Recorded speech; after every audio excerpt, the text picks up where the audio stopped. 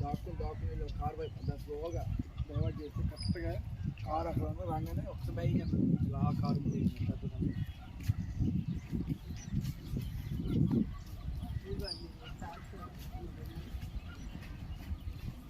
ఇదిగో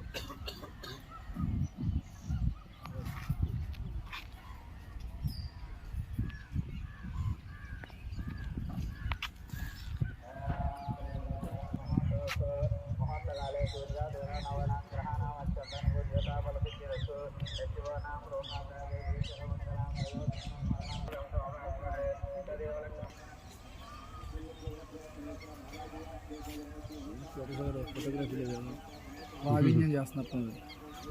ఏం లేదు, గురపటకు వచ్చేస్తుంది మొత్తం.